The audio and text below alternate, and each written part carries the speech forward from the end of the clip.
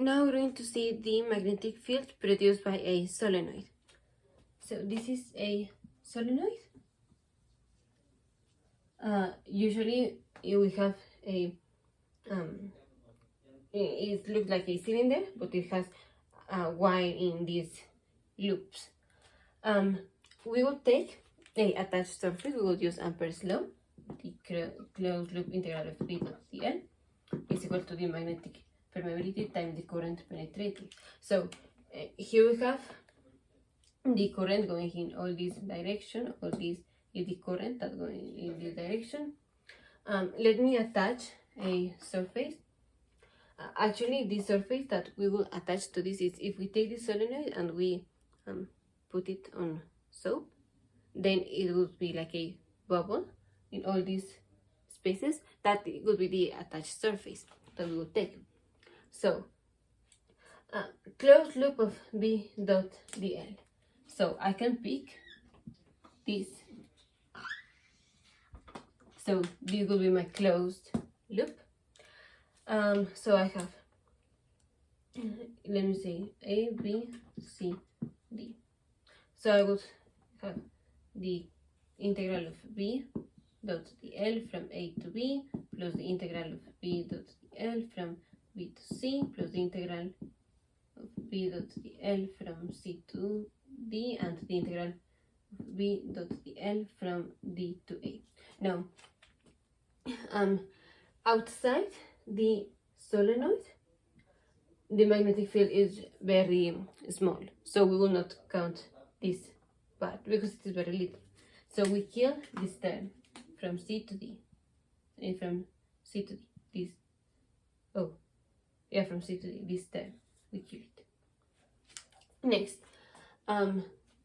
here from B to C and from D to A, B is perpendicular to the L.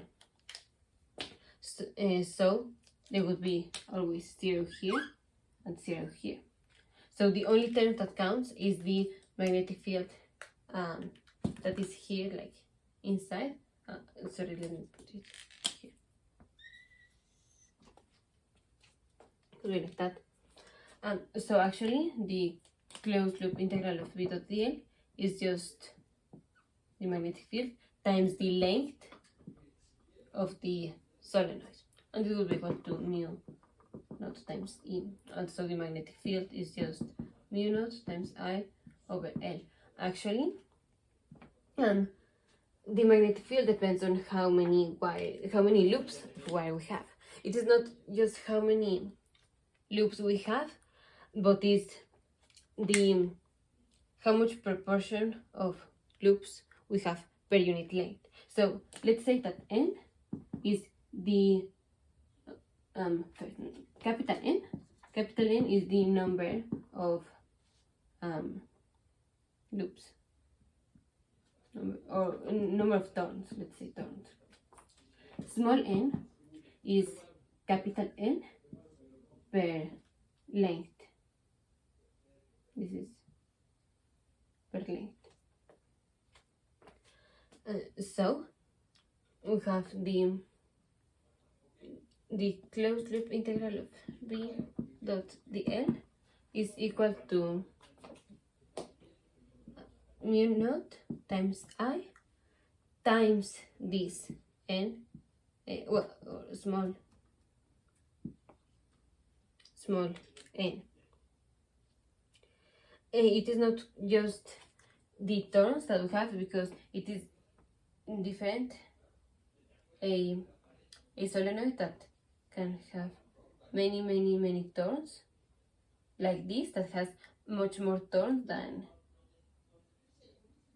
this. This has quite less turns than this, but here the turns per unit length is way higher than here. So this actually would produce a higher magnetic field than here. So it is proportional to the number of turns per length and not only to the number of turns. In the next video we will calculate the magnetic field for a toroid.